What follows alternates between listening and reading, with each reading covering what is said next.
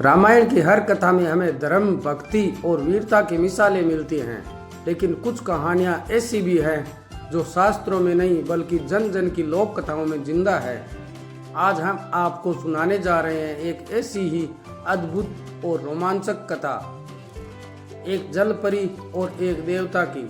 जी हाँ, ये कहानी है रावण की बेटी सर्वणमत्सा और श्री राम के परम भक्त हनुमान जी की। लंका का युद्ध पास आ रहा था। श्री राम की हनुमान सेना समुद्र पर सेतु बना रही थी, पत्थर दर पत्थर जोड़कर।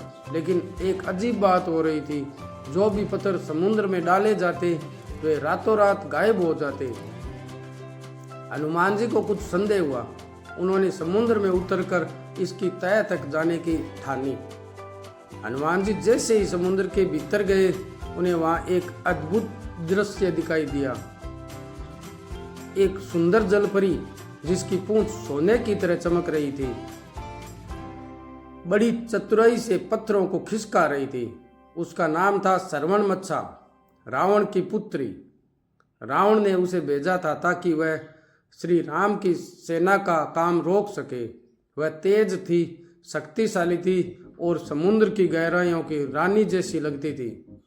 हनुमान जी ने उसे रोका और पूछा, हे देवी, तुम ये धर्म विरोधी कार्य क्यों कर रही हो? सर्वणमत्सा बोली, मैं रावण की पुत्री हूँ। यह मेरा कर्तव्य है कि मैं उसके शत्रुओं को रोकूं।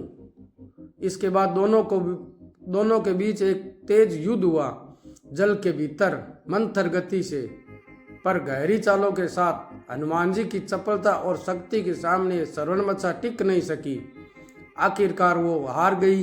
यह हार उसके जीवन की सबसे बड़ी जीत साबित हुई।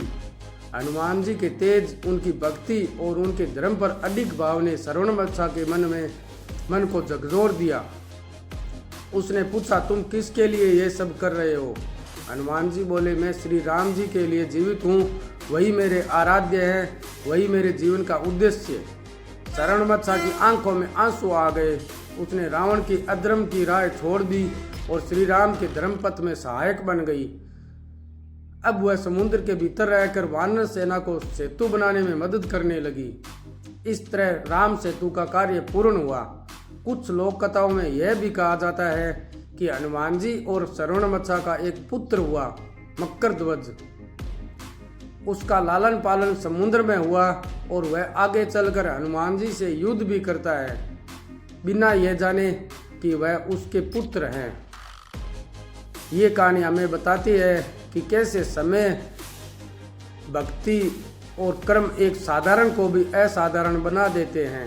यह कथा भारत के मुख्य रामायण में नहीं मिलती, पर थाईलैंड, बाली, म्यांमार और कंबोडिया में यह लोक कथा पीढ़ियों से सुनाई जाती रही है।